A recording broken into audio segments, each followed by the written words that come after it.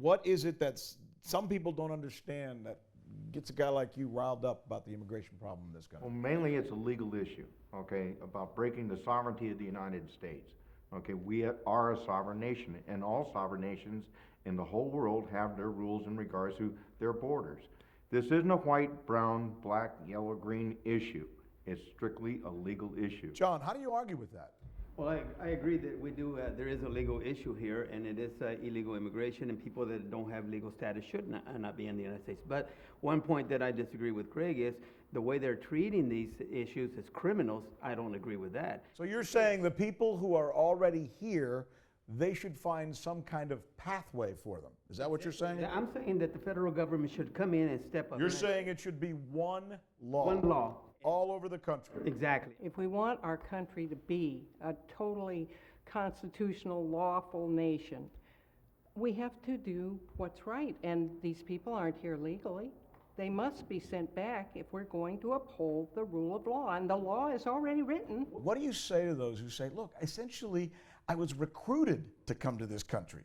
I was all but invited to come to this country by the corporations who've hired me. The people, I think, that say that need to be put in jail. That's against the law. That's against our sovereign law. Is it happening? Yes, it does happen. Yes, Yes, it's it does happening happen. now. And the government needs to take a step forward and put those people in jail. No, Rick, Stacy made a good point, and if we're going to arrest those companies, we're going to have to arrest Internal Revenue for giving the ITN numbers. Mm-hmm. And the Internal Revenue is saying, we don't want you here, Rick. But in case you go to work, here's this ITN number, go ahead and use it and pay me taxes. Taxes that you will never see. Rick, it all points to one thing. Do we want a solution?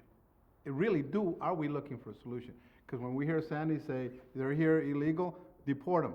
So I imagine the conclusion you draw is that deport them all. And let's argue the merits as to whether or not it's possible to do it. Is now, it? No, let's go there. Absolutely. Is it possible to deport 12 million people? No. Yes, one at a time.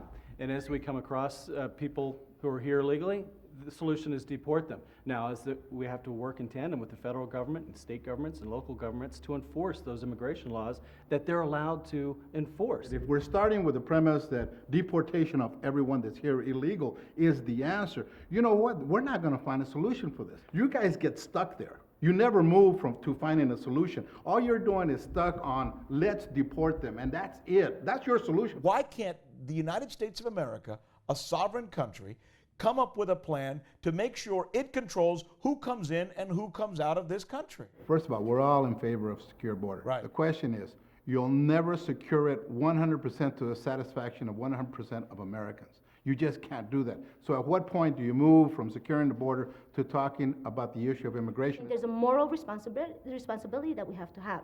Moral And when I responsibility. hear from this end, when I hear you guys, I hear hate. And maybe you don't mean it, but that's what I hear. So there's a lack of communication between us, just even us agreeing to a solution. Can this be worked out? I It's feel a like the personal issue. whole country is going downhill as a result of this lack of enforcement, lack of rule of law.